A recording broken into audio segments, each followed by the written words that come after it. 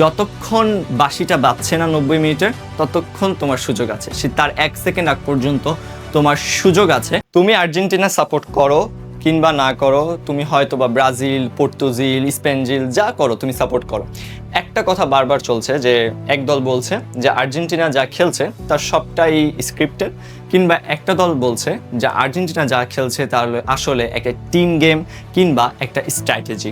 আসলে জিনিসটা কি বা জিনিসটা থেকে আসলে তোমাদের সামনে আমি কি কথা বলবো তা বলছি আজকের ভিডিওতে। আমার প্রথম কথা, তোমরা যদি লাস্ট 3-4টা ম্যাচ দেখো আর্জেন্টিনার, সবচেয়ে বেস্ট পার্টটা কি ছিল হয়তো তোমরা অলরেডি এখন গেস করে ফেলছো বা তোমরা অলরেডি এই বিষয়টা নিয়ে অনেক কথা বলছো। সেটা হচ্ছে প্রথম 60 মিনিটস কিংবা 70 মিনিটসে দেখা যায় যে আর্জেন্টিনা হয়তো বা ভালো খেলছে কিন্তু গোল করতে পারছে না। দেখা যায় প্রতিপক্ষ দল গোল দিয়ে দিচ্ছে 1টা 2টা কিংবা তারও বেশি। আর্জেন্টিনা হয়তো 2-1 গোলে পিছিয়ে থাকে, কিন্তু শেষ মুহূর্তে 80 মিনিটের পর কিংবা 75 মিনিটের পরে গিয়ে 90 মিনিটের কাছাকাছি সময় কিংবা এক্সট্রা টাইমে গিয়ে আর্জেন্টিনা পরপর অনেকগুলো গোল করে ফেলে এবং তারপরেই কিন্তু আর্জেন্টিনা জিতে যাচ্ছে। এবং এটা একটা ম্যাচে হয়নি, প্রায় 3টি ম্যাচে হয়েছে, যার ফলাফল আজ আর্জেন্টিনা তোমার লাস্ট 4 বিশ্বকাপের মধ্যে তৃতীয়বারের মতন ফাইনালে উঠে গিয়েছে। সো পাছে লোকে অনেক কথাই বলবে এটা স্ক্রিপ্টেড, এটা অনেক কিছু। যদি স্ক্রিপ্টেড হয় বা কি হয় না হয় এগুলো নিয়ে আসলে একজন আর্জেন্টাইন ফ্যান হিসেবে আমি আর ডিবেটে যাচ্ছি না, কারণ আমরা পারফরমেন্স দিয়ে কথা বলি। তোমরা অনেকে বলেছো যে এই ম্যাচ স্ক্রিপ্টেড ছিল, এই ইয়েলো কার্ডটা স্ক্রিপ্টেড ছিল, কিন্তু আমার কথা হচ্ছে একজন নিরপেক্ষ মানুষ হিসেবে তোমরা যারা শেষ ম্যাচটি দেখেছো আর্জেন্টিনা বনাম ইংল্যান্ডের, তোমাকে বলতে পারো সেই ম্যাচটাও স্ক্রিপ্টেড ছিল।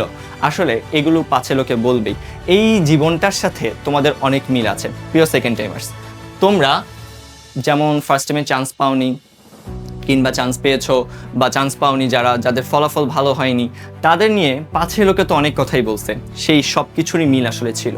সো আর্জেন্টিনা থেকে তোমার একটা জিনিসের শেখার আছে যে যতক্ষণ বাঁশিটা বাজছে না 90 মিনিটের ততক্ষণ তোমার সুযোগ আছে, সে তার 1 সেকেন্ড আগ পর্যন্ত তোমার সুযোগ আছে তোমার নিজেকে প্রমাণ করার, তোমার কামব্যাক দেওয়ার।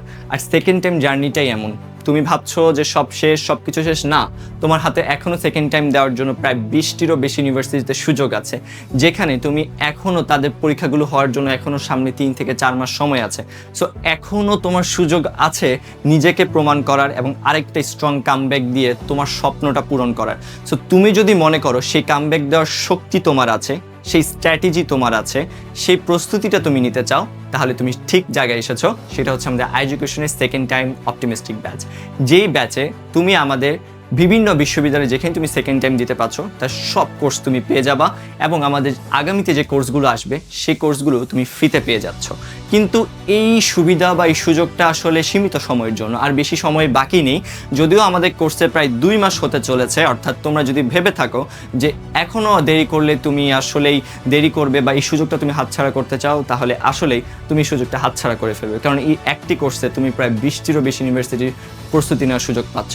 আর দেখতেই পাচ্ছ খুব বড় করেই লেখা আছে আগামী 23শে জুলাই তোমাদের second time optimistic batch HSC 25 ব্যাচের জন্য বন্ধ হতে যাচ্ছে। এরপরে আমাদের আর ভর্তি থাকবে না। সো যারা এরপরে ভর্তি হতে আসবে তারা কিন্তু এই সুযোগটা আর পাচ্ছ না।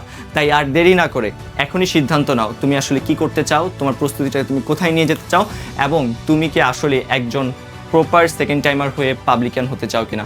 যদি if yes, then it's your place, it's your time, and just স্ট্র্যাটেজিগুলো ফলো করো, ইনশাল্লাহ তোমরা পারবা।